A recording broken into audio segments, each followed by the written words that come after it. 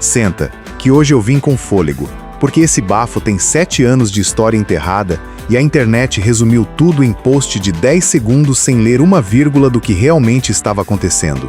Deolane Bezerra foi apontada pelo Ministério Público como a cabeça do núcleo financeiro do PCC e depois de 90 dias presa, a narrativa de soltura automática que tomou conta das redes estava errada do começo ao fim. Completamente errada, gente, sem salvar um detalhe sequer. E se você acordou essa semana com aquela certeza coletiva de que era dia de liberdade e foi embora de mãos vazias sem entender o porquê, se inscreve nesse espaço agora, porque o que a gente vai abrir aqui é tudo que os outros vídeos pularam, e o que pularam é exatamente a parte mais pesada dessa história toda. E se você já tá passada com o tamanho desse bafão só no resumo, imagina quando a gente chegar nas camadas que ninguém estava contando por aí essa semana. Porque tem camadas, gente. Tem muita camada. Existe uma decisão de Corte Suprema enterrada no meio desse caso que muda completamente o que você pensa que sabe sobre prisão preventiva no Brasil. Existe um relatório construído ao longo de 7 anos inteiros, apontando Deolane como liderança operacional de uma estrutura financeira ligada ao Marcola, e existe uma ironia histórica nessa história toda que dói de um jeito que eu preciso te contar com calma, porque se eu jogar tudo de uma vez, você não vai acreditar. Fica aqui, porque esse episódio tem fôlego para muito mais do que o Twitter conseguiu cobrir em 140 caracteres. E aqui, a gente não corta o bafo no meio não. Quem tá chegando agora e ainda não se inscreveu nesse espaço, faz isso agora antes de continuar, porque o que vem a seguir é o tipo de conteúdo que muda a sua leitura completa dessa novela toda, e você não vai querer perder o próximo capítulo. Tá, gente, vamos do começo de verdade, porque essa história não começa com Deolane sendo presa e não começa em 2024. Ela começa muito antes, em 2019, num pacote de leis que entrou sorrateiramente no sistema jurídico brasileiro e criou uma proteção real para o preso preventivo no país. O artigo 316, parágrafo único do Código de Processo Penal, passou a exigir que o juiz revisasse a prisão preventiva a cada 90 dias, verificando se ela ainda era necessária. Até aí, tudo certo, né, gente? Parece uma proteção razoável, parece que o legislador pensou no assunto com seriedade. Mas o dente dessa proteção, o que fazia ela valer alguma coisa na prática do dia a dia real, era a sanção. Se o juiz não fizesse a revisão dentro do prazo, a prisão se tornava ilegal, automaticamente, sem discussão, sem recurso necessário, sem depender de ninguém ter boa vontade naquele dia específico. Não revisou, prisão ilegal, preso solto, era isso que a lei dizia. Era isso que estava escrito com todas as letras. E por um breve momento na história jurídica do Brasil, isso de fato funcionou exatamente assim. E o que aconteceu quando funcionou é o tipo de coisa que explica tudo sobre onde Deolane está hoje. E se você quer acompanhar cada camada desse caso, sem perder nenhum detalhe pelo caminho, se inscreve nesse espaço, porque essa novela tem muito mais capítulo do que qualquer um estava contando essa semana. Um preso chamado André do Rap entrou com habeas corpus, usando exatamente esse fundamento. O prazo de 90 dias tinha passado, a revisão não tinha sido feita dentro do tempo previsto, a prisão era, portanto, ilegal. O ex-ministro Marco Aurélio leu o artigo, leu a sanção e soltou. Tecnicamente correto. Era literalmente isso que a lei mandava fazer, palavra por palavra, sem nenhuma brecha de interpretação. Só que a comoção foi enorme, gente. A pressão midiática foi de um tamanho que poucos processos conseguem gerar nesse país. E o que aconteceu a seguir é o coração de tudo que a gente vai discutir aqui hoje, porque o próprio Supremo Tribunal Federal cassou a decisão de Marco Aurélio e fez uma releitura do texto legal, dizendo, com todas as letras, que a prisão continua legal mesmo sem a revisão ter sido feita no prazo estipulado. Pensa bem nessa, gente. O artigo diz que a prisão se torna ilegal. O Supremo leu o mesmo artigo e disse, a prisão continua legal. Dois entendimentos completamente opostos sobre o mesmo texto jurídico, palavra por palavra idêntico, e o que prevaleceu foi o entendimento que atendia ao clamor público daquele momento histórico específico. Um bafão de Corte Suprema cedendo à pressão da mídia, gente, e esse bafo vai ter consequência direta e concreta para Deolane hoje, então guarda esse detalhe com carinho porque eu volto nele de um jeito que vai doer. O advogado de Deolane, Dr. Auri Lopes, professor de Direito Penal com anos de experiência nesse tipo de caso, explicou todo esse mecanismo num vídeo que precisava ser assistido com calma e atenção.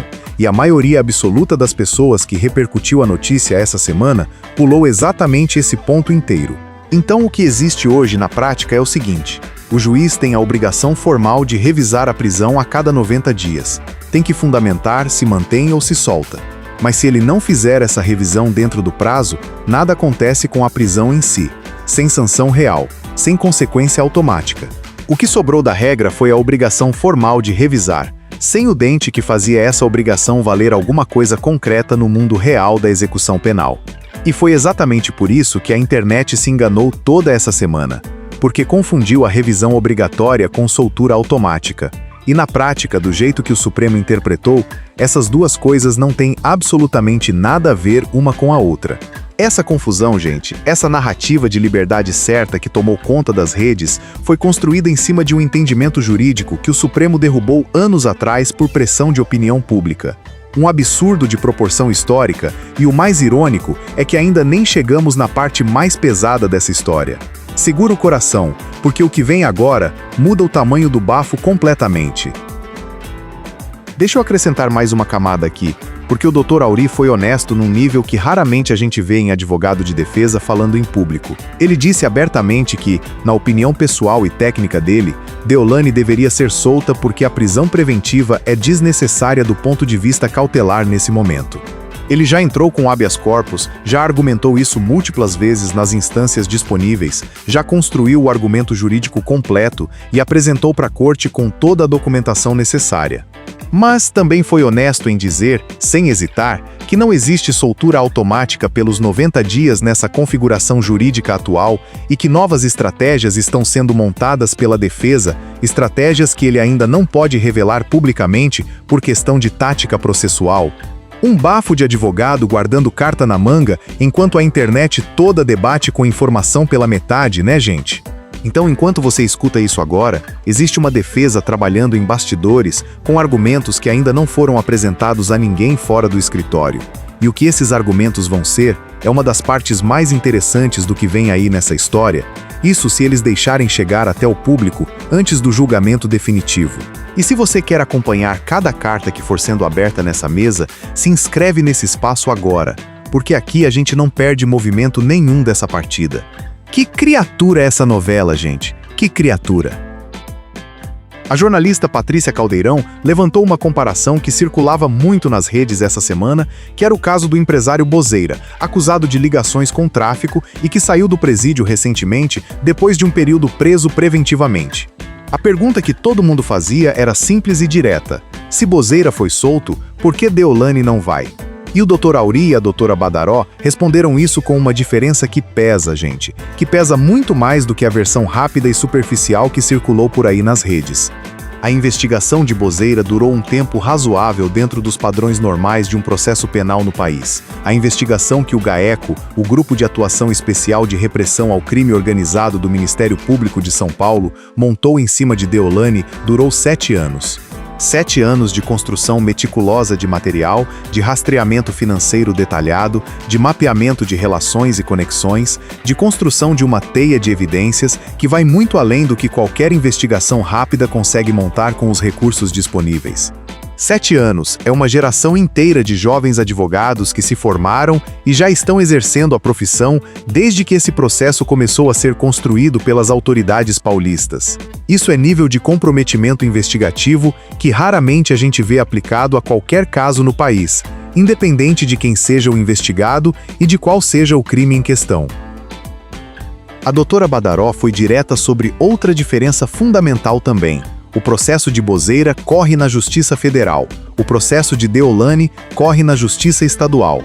São instâncias completamente diferentes, critérios diferentes, juízes com formações e trajetórias diferentes, para tipos diferentes de casos, dinâmicas processuais completamente distintas que não se comunicam da forma que o debate popular simplificado imagina que se comunicam. Comparar os dois casos como se fossem equivalentes é uma biruleibice jurídica do tamanho de um prédio, gente. E foi exatamente essa biruleibice que dominou o debate nas redes durante dias seguidos. Badaró disse que eu preciso colocar aqui porque é o tipo de informação que muda o peso inteiro da conversa quando você ouve de verdade. Ela disse que percebe que está ficando cada vez mais difícil uma soltura para Deolane.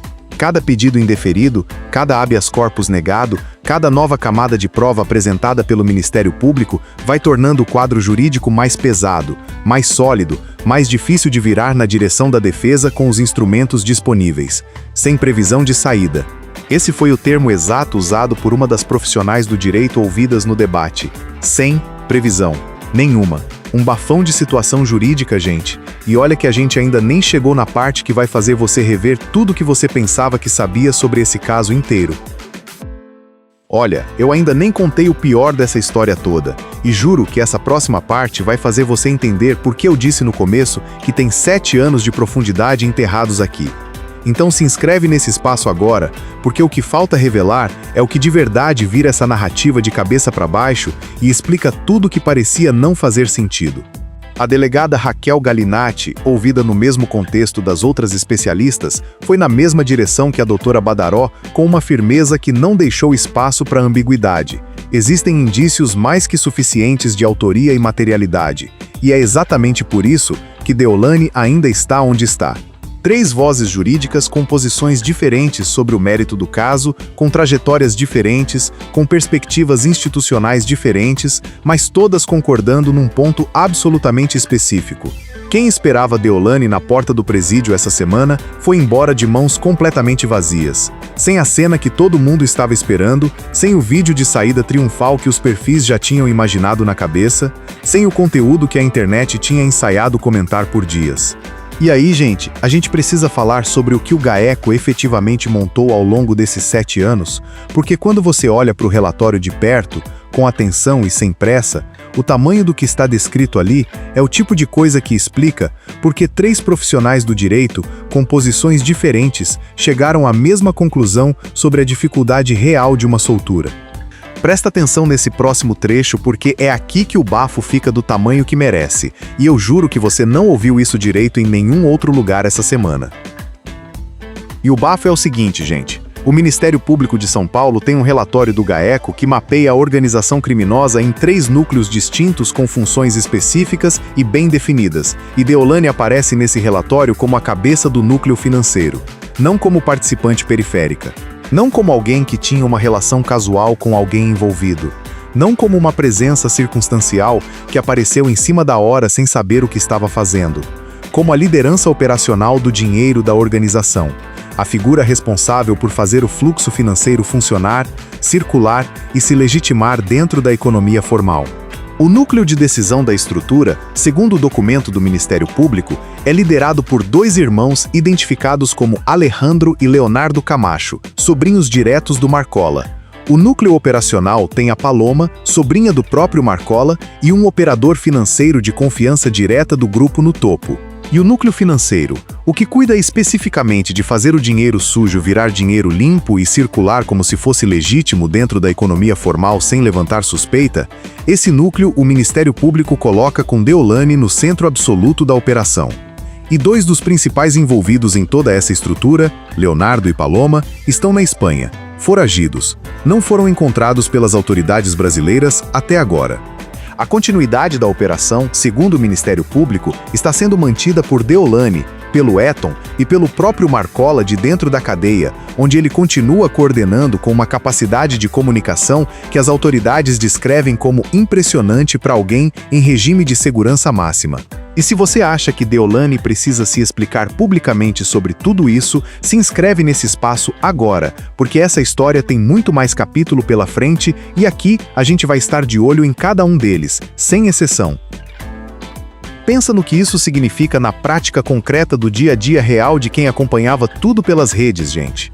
Enquanto você assistia aos stories de Deolane com aquela energia toda, enquanto a internet inteira debatia o vestido dela no programa de televisão, com uma intensidade que dava para pensar que era o assunto mais importante do ano, enquanto todo mundo escolhia time entre ela e a família do MC Kevin e transformava isso num grande debate cultural sobre luto e respeito e limites, o Ministério Público de São Paulo estava há 7 anos mapeando movimentações financeiras que, segundo eles, conectam a influenciadora a uma das maiores organizações criminosas do país. 7 anos.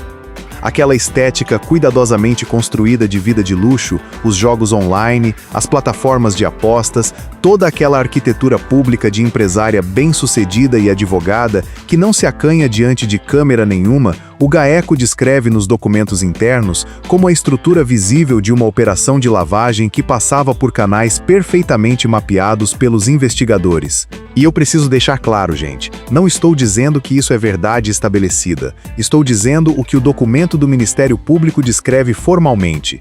E esse documento foi construído ao longo de 7 anos por uma das unidades investigativas mais respeitadas do estado de São Paulo. A diferença entre imagem pública e investigação em curso aqui é tão grande que faz a gente ficar em silêncio por um segundo antes de continuar, porque é muita camada acontecendo em paralelo ao que era visível nas redes, e a maioria das pessoas que debatia Deolane não tinha acesso a essa camada mais funda da história. Um bafão de proporção histórica, gente. E ainda falta a parte que dói de um jeito completamente diferente de tudo que a gente já viu até aqui nessa história. Quem quiser acompanhar de pertinho cada próximo passo desse caso sem perder nenhum movimento, se inscreve agora mesmo nesse espaço, porque aqui a gente não vai parar de contar e não vai cortar o bafo antes da hora. Tem uma ironia nessa história toda que eu preciso colocar em cima da mesa sem desviar, porque a gente não é de esquivar de questão incômoda. A decisão do Supremo que enterrou a sanção do artigo 316 aconteceu por pressão da mídia e da opinião pública num momento muito específico. Foi literalmente uma Corte Suprema ajustando sua leitura de um texto legal porque o clima social exigiu, porque o clamor popular foi grande o suficiente para mudar o entendimento jurídico naquele momento, naquele caso, com aquele réu que a mídia havia decidido que não merecia a proteção que a lei previa com todas as letras. E agora essa mesma lógica de pressão midiática é exatamente o que sustenta boa parte do debate sobre Deolane nas redes sociais. A internet quer que ela saia, as fofoqueiras torcem, os programas cobrem com intensidade, os perfis postam atualizações a cada hora, os comentários explodem em número e intensidade toda vez que tem uma audiência ou uma decisão nova. Mas o sistema que deveria ter dado a ela uma proteção automática nos 90 dias foi exatamente o sistema que foi destruído por pressão pública num caso anterior, com outro réu, em outro contexto, mas pela mesma dinâmica de clamor coletivo que hoje pede a liberdade dela. A mídia que hoje cobre o caso de Deolane com tanta intensidade é parente direta da mídia que, anos atrás, ajudou a derrubar a única garantia que poderia tê-la beneficiado automaticamente hoje, sem precisar de habeas corpus, sem precisar de estratégia nova da defesa, sem precisar de nada além do que a lei já dizia no texto original antes de ser reinterpretada. Um absurdo de ironia histórica, gente, do tipo que deixa você olhando para o teto por uns 5 minutos antes de conseguir dormir. Isso aqui merece um segundo de pausa mesmo, gente. Porque não é ironia pequena de internet. É o tipo de coisa que dá pra pensar enquanto você assiste ao próximo vídeo de alguém torcendo pela liberdade dela em cima de mesa de jantar, sem saber que essa história tem 7 anos de profundidade e uma decisão de Supremo enterrada no meio do caminho que nunca foi revertida, nunca foi debatida de verdade nas redes com a seriedade que merecia, nunca ganhou o tipo de cobertura aprofundada que esse caso ganhou quando o assunto era o vestido ou a rivalidade com outra família. E existe uma pergunta que ninguém fez direito essa semana, gente, uma pergunta que incomoda de verdade quando você para pensar nela com calma. Se a proteção dos 90 dias tivesse sido mantida do jeito que foi escrita em 2019, com a sanção de ilegalidade automática funcionando como deveria funcionar, Deolane teria saído pela porta da frente essa semana? A resposta depende de quando foi feita a última revisão e se ela teria sido feita dentro do prazo. Mas a pergunta em si importa porque nos obriga a encarar o fato de que proteções jurídicas somem por razões que têm a ver com pressão, com clima político, com quem estava em pauta no momento em que o Supremo decidiu rever seu próprio entendimento. E esse conjunto de fatos, gente, esse bafão de proporção histórica que mistura 7 anos de investigação meticulosa, uma decisão de Supremo derrubada por clamor público, sobrinhos de Marcola foragidos na Espanha, e uma influenciadora posicionada como cabeça de núcleo financeiro de organização criminosa, é o que nenhum post de 140 caracteres conseguiu cobrir essa semana por mais viral que ficou. Deixa sua inscrição nesse espaço, gente, porque esse tipo de bafo com profundidade é exatamente o que a gente entrega aqui toda semana, e você não vai querer ficar de fora do próximo capítulo. E o que vem agora é o juiz se pronunciar sobre a revisão dos 90 dias, decidir se mantém a prisão preventiva como está, afrouxa o regime de alguma forma, abre espaço para prisão domiciliar ou tornozeleira eletrônica como alternativa ao cárcere fechado. A defesa, com essas novas estratégias que o Dr. Aury ainda não abriu publicamente, vai continuar tentando por dentro do sistema, usando cada ferramenta processual disponível, cada brecha legítima, cada argumento que ainda não foi esgotado pelas instâncias percorridas até agora. Cada passo desse processo vai dizer mais sobre como o Brasil trata a relação entre celebridade, crime organizado e proteção jurídica do que qualquer debate de mesa de bar consegue cobrir em 10 minutos de aquecimento de opinião sem embasamento. A cobertura que vem agora vai ser intensa, vai ser barulhenta, vai ter muita gente dando opinião com uma segurança que essa semana ficou claro que não estava sustentada nos fatos reais do processo. Então a gente vai estar aqui, destrinchando cada movimento com a calma e a profundidade que esse caso merece, sem cortar bafo no meio e sem pular a parte mais importante para chegar logo no final dramático que o algoritmo pede. Compartilhe esse vídeo com aquela amiga que passou a semana inteira jurando que Deolane ia sair ontem pela porta da frente. Manda pra gente nas redes qual é o próximo bafo que você quer ver destrinchado aqui com essa profundidade toda e deixa sua inscrição nesse espaço agora, porque aqui a gente não fecha enquanto tiver história com 7 anos de camada para abrir. Câmera ligada muda o que a justiça parece ser. Só não confunde o que parece com o que é.